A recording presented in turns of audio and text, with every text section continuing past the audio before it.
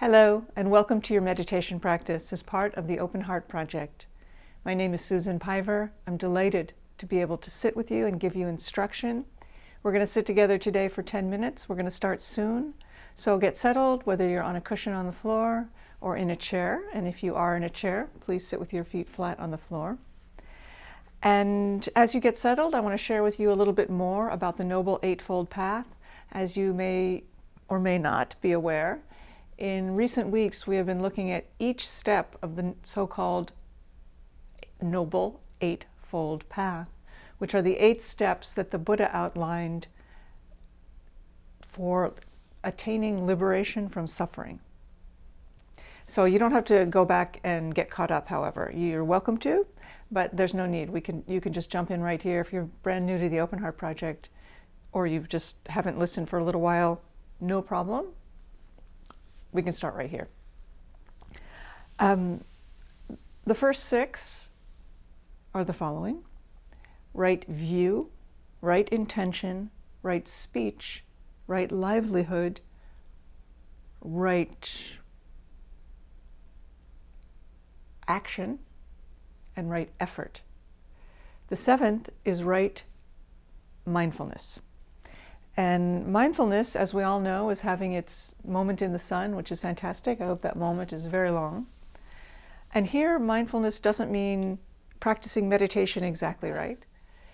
Here, right mindfulness means something very spacious and playful and creative.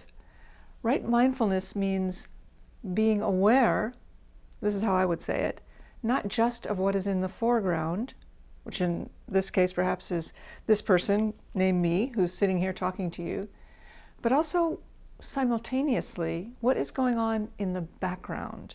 Not just what's behind me right here, but what is the environment that I'm in as you look at me feel like to you? Does it feel anything, warm, or I don't like it, or I do like it? And what is the environment that you are in? Not how would you describe it, but how does it feel to be in there? And how does it feel to be you right now? Right mindfulness is a dance of awareness, swirling among all of these things.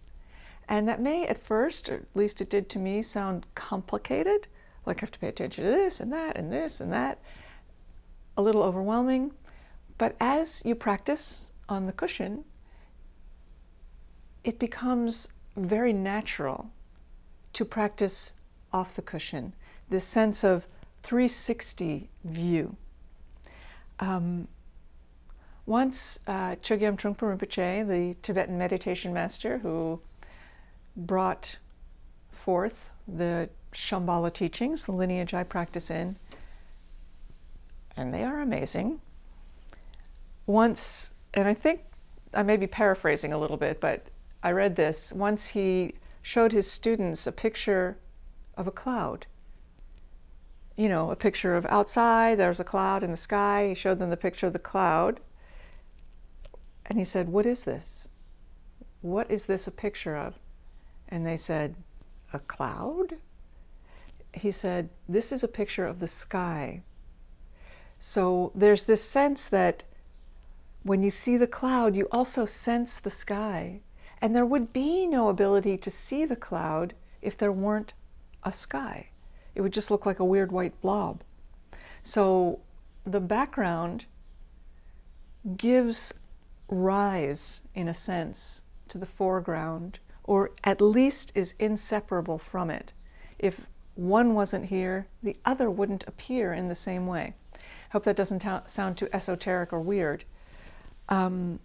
Trying to think of a real life example that might be useful.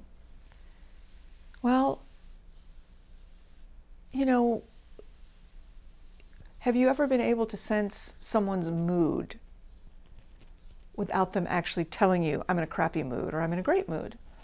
You sit down and talk to someone, maybe you know them and you don't, and you get this feeling, this person is on edge, or this person is feeling strong, or grumpy, or whatever it might be. How did you get that? You got that, one could say, through right mindfulness. Nobody told it to you. Nobody wrote it on a note and handed it to you. You felt it in the environment and you took it in. So you can already do right mindfulness. I love how it's described as I was reading this morning in The Myth of Freedom, a book by Chogyam Trungpa that's awesome and that explains the Noble Eightfold Path. He describes it as a kind of dance, that when you do it, you don't have to be afraid of anything. I suppose what he means by that is you're not blocking anything out. You're letting everything in. So there's no hidden places where something sneaky might be hiding to get you. Your undefendedness makes you completely defended. I will stop there. I don't want to get too esoteric, and I know we want to get to our practice. Don't turn the tape off right now. Let's practice for 10 minutes.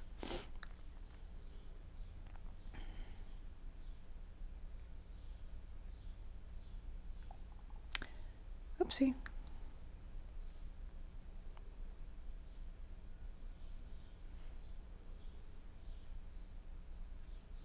Here we go.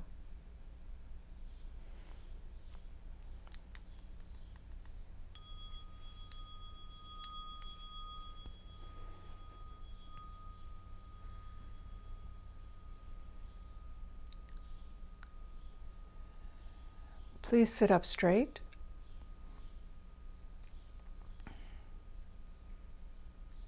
Let there be a sense of elegance and upliftedness in the upper torso, in the torso. I guess there is no upper torso. And let there be a sense of rootedness and stability in the lower part of the body. From the waist down, feel rooted and solid. And from the waist up, feel light and uplifted. The hands can rest on the legs, palms down.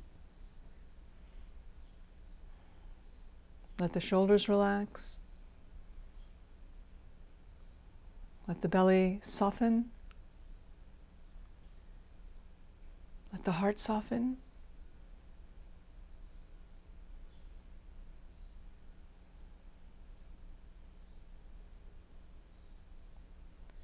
The mouth is closed. The breath is in and out through the nose naturally. The eyes are open and the gaze is soft and cast down to a comfortable spot. Close your eyes for a moment and let your eyeballs relax. Now open the eyes and try to maintain that same sense of relaxation in the eyes. The crown reaches up.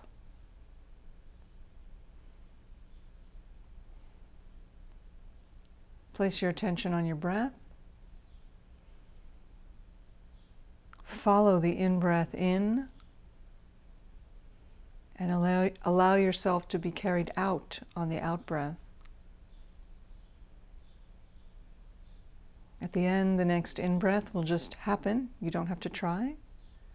And just begin again, swaying with your own breath, in and out.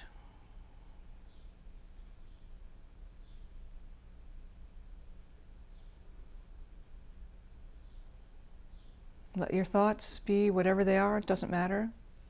Imagine they're happening somewhere over here, and right here is your breath. But if you become distracted by thought, no problem, no problem. Gives you a chance to practice letting go, coming back, and taking a fresh start, and maybe a cat will appear.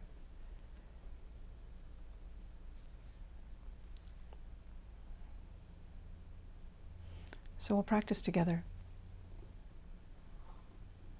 You can practice too, or you have to sit down. Yes.